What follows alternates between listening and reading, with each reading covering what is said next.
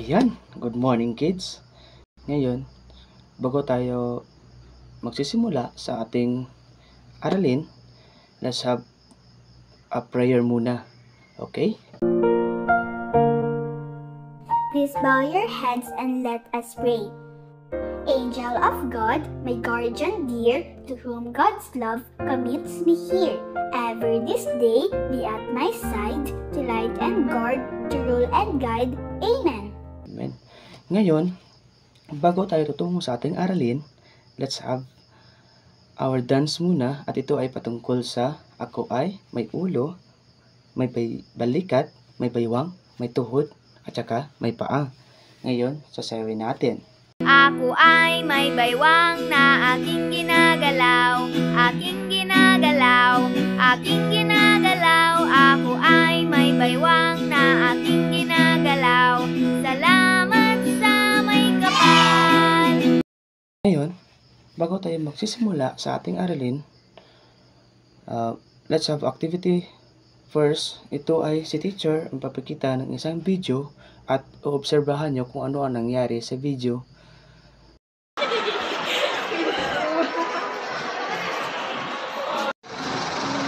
Palimos po! Ilang araw na po kami kumakain. Sige na po, hindi po kami kumakain. Ilang araw na po. Sige na po. Kami po talaga. Sakit po ng dami.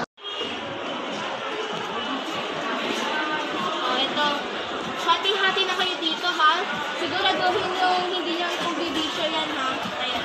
But before that, let's introduce first our topic or paksa. Ito ay patungkol sa pagpapahalaga sa sarili at kapwa. Ngayon, dahil tapos na kayo na manood ng video, ay magtatanong si teacher.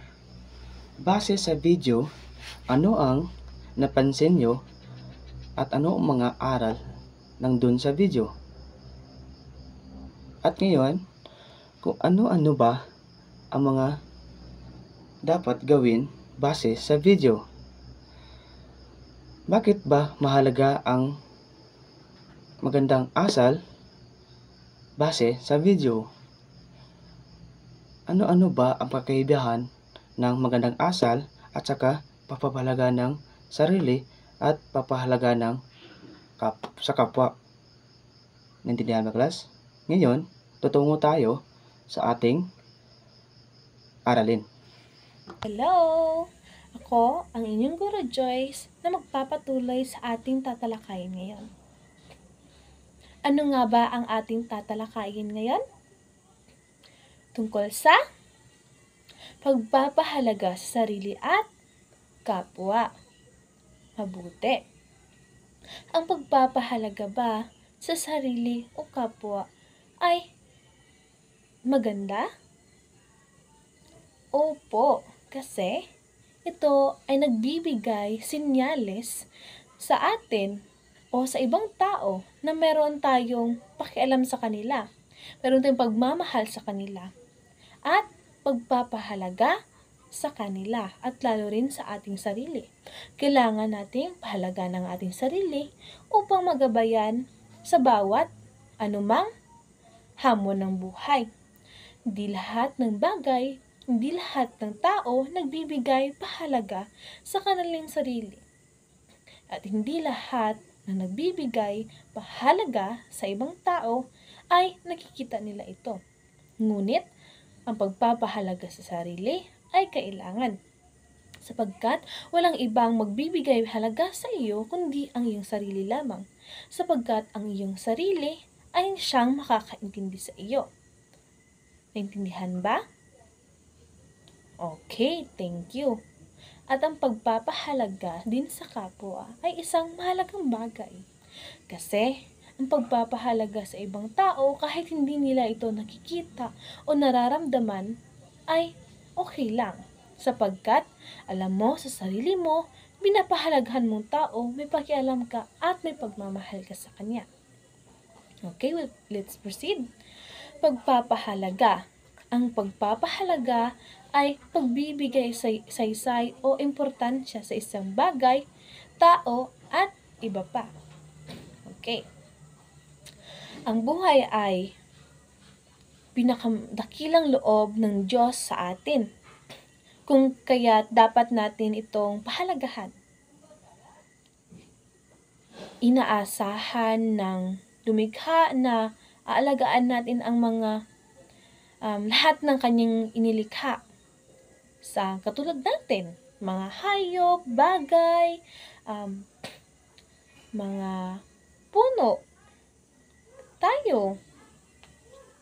Okay, sa buhay. So buhay sa bawat oras at pagkakataon ay dapat pahalagahan ang buhay na ipinagkaloob sa atin ng Diyos. At lalo na sa ibang tao o sa ating kapwa-tao. Handog ng Diyos ang iyong buhay, kaya nararapat mo itong pahalagan at ingatan. Naintindihan nga ba? Kailangan bang ingatan at pahalagan ang binigay ng Diyos sa atin? Opo, kailangan. Kasi hindi na po ito maibabalik pa at wala nang ibang chance. Ang ibang chance lang nito ay ang pagmamahal mo sa sarili at pagbabago mo sa iyong sarili na maging mabuting tao. Okay po nga ba? Intindihan po? Opo. Halimbawa, sa pagpapahalaga sa sarili.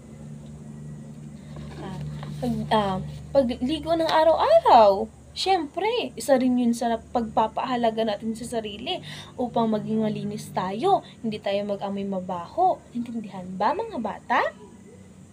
Opo, kasi mahalaga din po ang pagliligo sa araw-araw para po ito din sa ating kalusugan.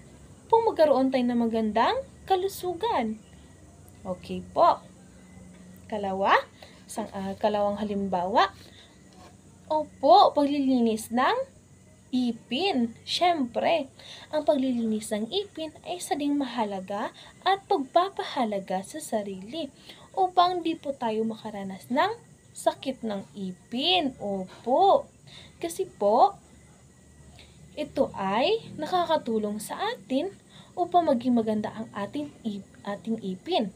Opo, at upang hindi po tayo makakaranas ng sakit ng ipin. Ang paghugas ng kamay, syempre. Opo, mahalaga din po maghugas ng kamay upang matanggal po yung mga dumi bago isubo ang mga pagkain na ating hinahawakan upang magkaroon tayo ng magandang kalusugan. Very good. Pakabuti.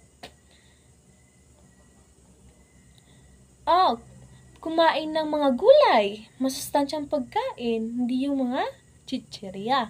Ang pagkain ng mga gulay o ang pampalusog o mga vitamina na nagkakaroon tayo, ito ay nakakatulong sa ating kalusugan upang magkaroon tayo ng mabuting kalusugan at pamumuhay upang wala tayong sakit na para di tayo madaling kapitan ng sakit. Okay po? Naintindihan niyo po? Opo, thank you. At ang pagtulog ng maaga. Sapat na tulog sa ilang oras nga ba ang sapat na tulog para sa atin? Okay, mabuti. 8 to 10 hours. Palakpakan.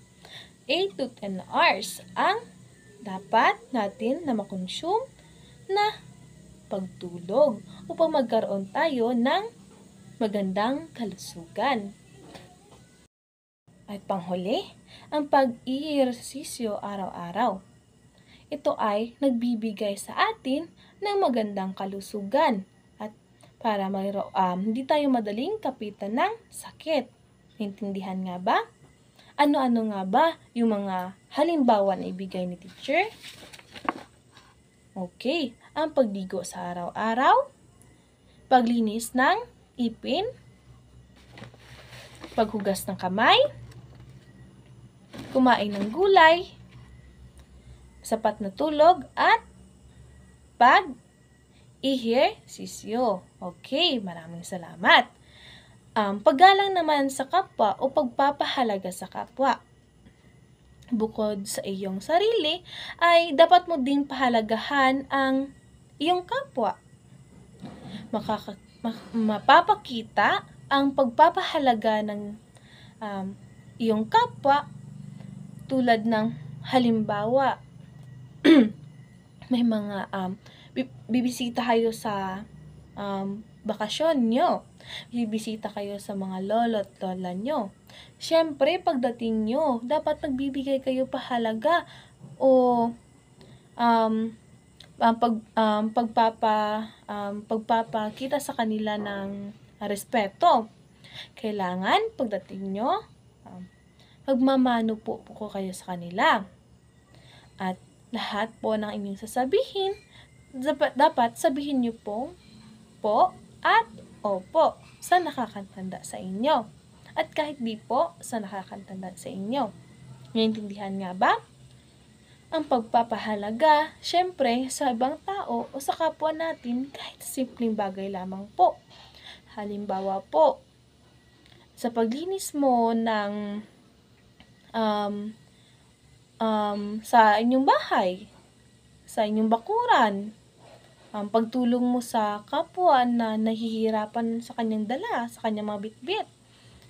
But, bago mo po siya tutulungan sa kanyang mga dala, kailangan mo po munang itanong sa kanya kung kailangan niya ng tulong.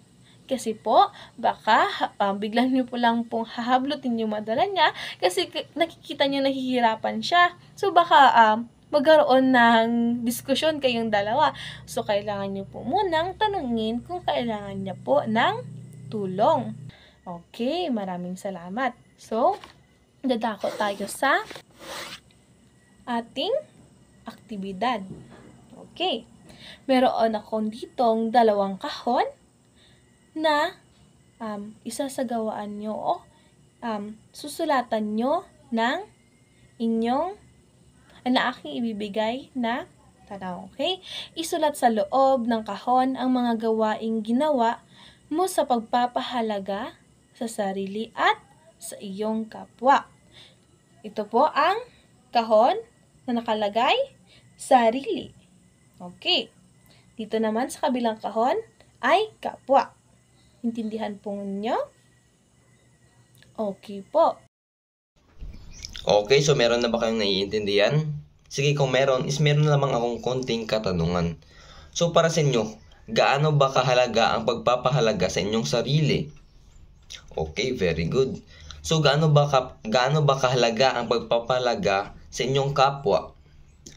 Okay, very good. Sige nga, magbigay nga ng isang halimbawa ng pagpapahalaga sa inyong kapwa. Okay, so meron talaga kayong naiintindihan. So, ngayon meron dito akong hinihandang activity para sa inyo. Ang inyong gagawin lamang ay gumuhit lamang kayo ng hugis puso kung ito ay nagpapahiwatig ng pagpapahalaga sa kapwa, at X naman kapag hindi. So inyong gagawin lamang is i-open nyo lamang inyong Quizlet app at doon kayo sasagot. So bibigyan ko lamang kayo ng 5 minuto para tapusin ito. Tapos na ba? Okay, dahil tapos na, isasagutan na natin. So number 1, pagmamahal sa buhay na kaloob ng Diyos, heart or X? Okay, heart. Number 2, pag-aalaga sa kaibigan na may sakit, heart or X? Okay, heart ulit. Number 3, pagtawanan ang kaklase na punit ang suot ng uniforme, heart or X? Okay, X, hindi yan magandang gawain para sa ating kapwa. So number 4, pagkain ng masusustansyang pagkain, heart or X? Okay, heart. Number 5, pag-alok sa kaibigan na kumain ng junk foods, heart or X? Hindi, X, dahil ang junk foods ay hindi masustansya sa ating kalusugan. Okay, so dahil may naiintindihan na kayo, meron naman dito akong inihandang assignment para sa inyo. So, ang gagawin nyo lamang ay i-open nyo lamang inyong Quizlet app at doon ninyo makikita ang mga katanungan. So, isusulat nyo lamang doon sa inyong assignment notebook ang inyong sagot at ipapasa ninyo bukas. So, naintindihan ba? Okay, dahil naintindihan na, is goodbye class. Okay, goodbye. See you tomorrow. Bye!